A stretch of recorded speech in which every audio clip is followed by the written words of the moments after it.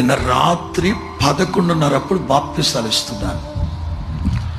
బాప్తిసాలు ఇస్తుంటే ఒక అతను తాగేసి వచ్చాడు. కుదరదు కానీ ఆఖరి రోజు ఆదివారం పొందమన్నా. ఆయన అన్నాడు, ప్రభు నాతో సూటిగా మాట్లాడాడు, తేటగా మాట్లాడాడు. ఏం జరిగిందన్న, భార్యను ఇక్కడ వదిలిపెట్టి, ప్రార్థనలో వదిలిపెట్టి లేమల్లి సెంటర్కి వెళ్ళి ఫుల్గా తాగేసి వచ్చాడంట. ఇక మోహన్ గారు వర్తమానం చెప్తూ తాగుబోతు గురించి చెప్తా ఉంటే తన గుండెల్లో గుచ్చుకుంటున్నాయి. సరే ఆదివారం పొందు. లేదు పాస్టర్ గారు, నేను ఇందాక ఇక్కడికి వచ్చే మునుపు అరగంట సేపు నోట్లో వేళ్ళు పెట్టి తాగిందంత